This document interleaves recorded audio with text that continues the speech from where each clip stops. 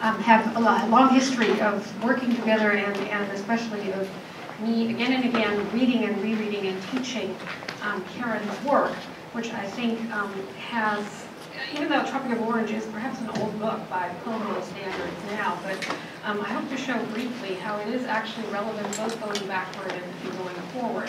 What I thought I'd do in the just sort of 10 or 15 minutes that I have, I wanted to just offer by way of 4 sort of juxtaposed snapshots, sort of 4 sort of slightly theoretical lenses and genealogies through which we can understand the connection between speculative literature and the urban humanities, sort of through Karen's novel, Tropic of Orange. So the first of these lenses is the whole question of speculative fiction. So speculative fiction is a term that's been around since the 1940s, only been used with any frequency in the last 20 years. Initially, to refer to, I mean, it was used from the 1980s onwards, but frequently only since about 2000, to refer to the kind of science fiction that thinks of the societies of the future as not necessarily driven by science or technology, but that pays much closer attention to changed social and economic structures, to gender and race, and these sorts of things. So that was the, that I think was the original move in moving from science fiction to speculative fiction. But then increasingly, it's also come to include texts that really are not about the future. And Tropic of Orange is one of those that present slightly alternative, distorted, not quite realist images of possible presence. And so speculative fiction has become sort of gradually more capacious in that way. And lately, and in what's perhaps the most interesting move, it's also moved out from science and speculative fiction to something you might want to call speculative nonfiction. And by that I mean, especially in sort of the kind of nonfiction that I often read, which is sort of environmentally oriented nonfiction, the migration out of themes and narrative strategies from science fiction to books whose main objective is to present urgent current realities of the world. So Alan Wiseman's The World Without Us imagines a world without humans so as to explore our ecological impact on the world. Bill McKibben's Earth, I don't know how you pronounce that, deliberately adopts the idea that we now inhabit an alien planet, which we have transformed and which still might look like the old 3rd planet from the sun, but is not, and we have to actually live with it very differently.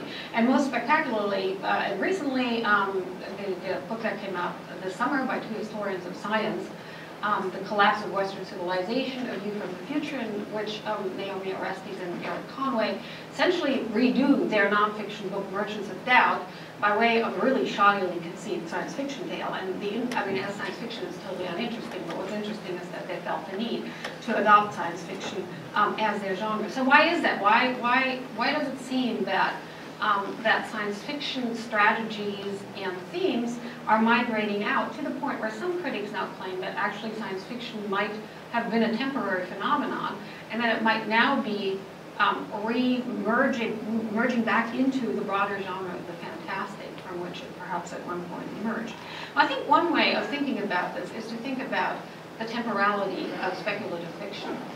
And one of the most famous approaches to that comes from good old Frederick Jameson in his Progress versus Utopia essay, where he says the most characteristic science fiction does not seriously attempt to imagine the real future of our social system. Rather, its multiple mock futures serve the quite different function of transforming our own present into the determinate past of something yet to come. It is this present moment, and here follows a long Jeffersonian spaghetti sentence, that upon our return from the imaginary constructs of science fiction is offered to us in the form of some future world's remote past, as if posthumous and as though collectively remembered. SF thus enacts and enables a structurally unique method for apprehending the present as history, and that I think is one interesting way of thinking what speculative literature might do for perceptions of the city. But it isn't the only one, and it might, for current speculative fictions, not be the most relevant one, because it is essentially envisioning or understanding the present as the past of a particular future.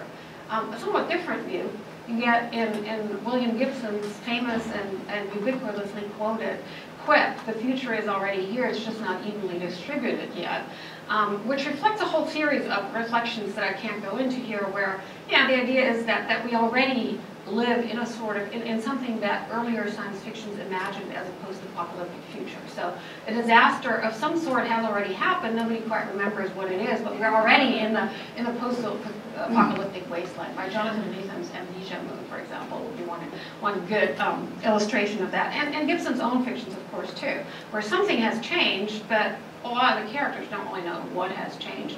So this is the present conceived not as the past of some future, but as the future of what we imagined in the past as our future, right? And so these are two different lenses that I think open up interesting possibilities for interpreting the temporality of current conceptions of the city and uses of the city.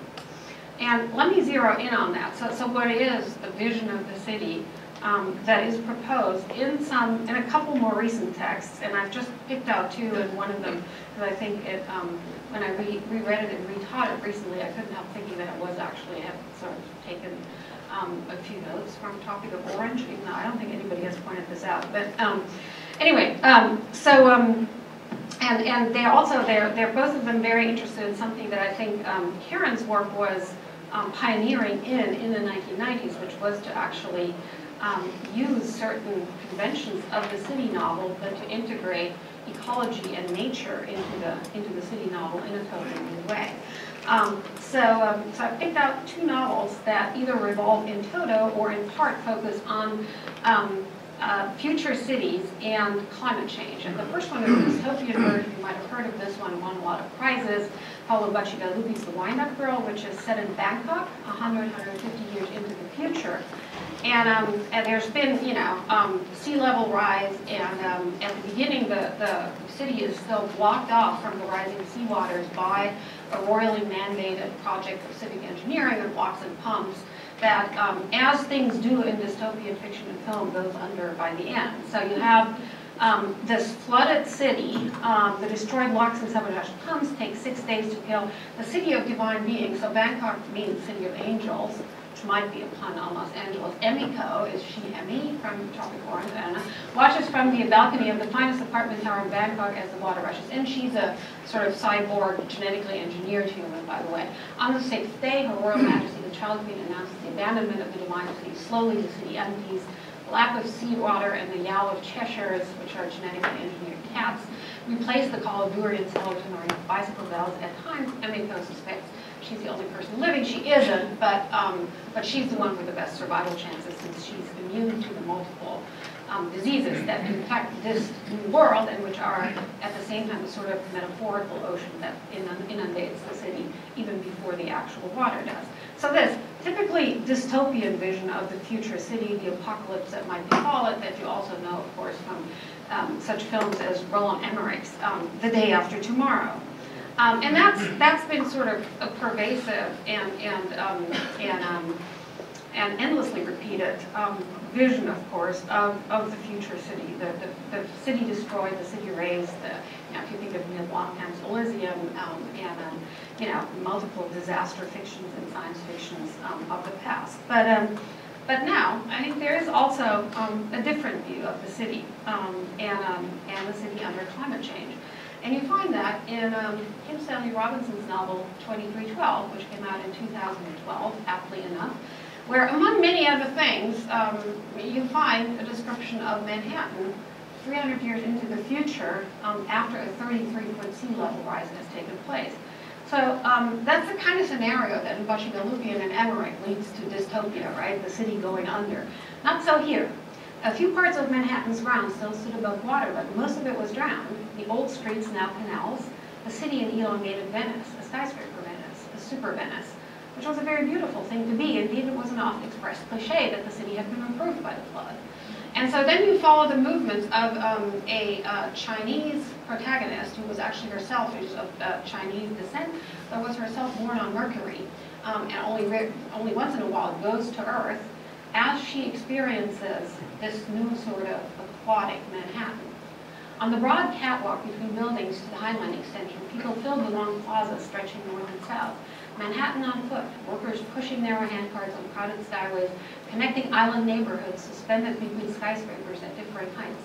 The rooftops were garnished with greenery, but the city was mostly a thing of steel and concrete and glass and water. Boats burrowed about on the water below the catwalks in the streets that were not crowded canals. All the aerial plazas and catwalks were jammed with people. So this is that kind of mashup of an Asian city, of a futuristic city, and of Italo Calvino's Venice. There are many, many references to Italo Calvino in this particular novel.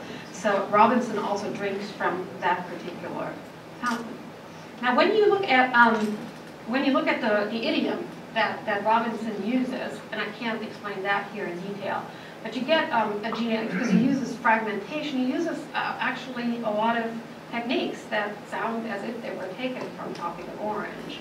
I don't think that's straight right out of front. At least I haven't found any smoking gun evidence that he knows Tropic of Orange, though I suspect he does because he's a California-based writer and knows California literature in depth. The more obvious sources that I trace back are David Brin's novel Earth from 1990, John Brunner's Stand on Zanzibar from 1968, which is about global cities, global urban violence.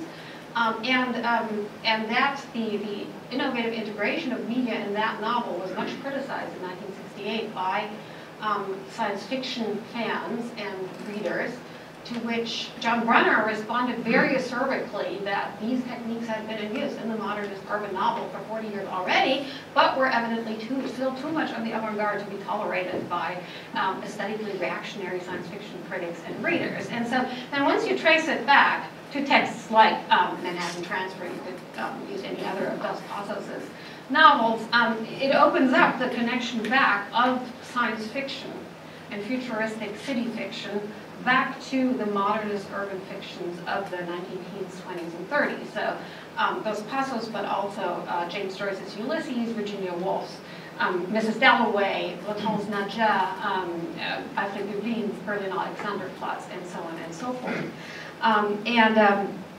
And these are, of course, the kinds of techniques that Robinson uses are also the ones that you will find in Tropic Orange. The use of parallax, a stream of consciousness, the juxtaposition of different discourses in Karen's reading, the jostling of different languages, the invocation of mythic characters, of characters from other texts that encounter real-life characters in the city, and so forth. So you have, in Robinson, a connection of speculative city with some of the time-honored devices of the modernist urban novel, which Karen also uses, but then introduces the additional element of the Latin American elements, which I don't think you find in Robinson. There's other things going on here. So this just as a way of showing a little bit the work that I think a certain literary type of narrative analysis and a certain literary genealogy for thinking and envisioning the heterogeneity and the diversity of the city and the future of the city can do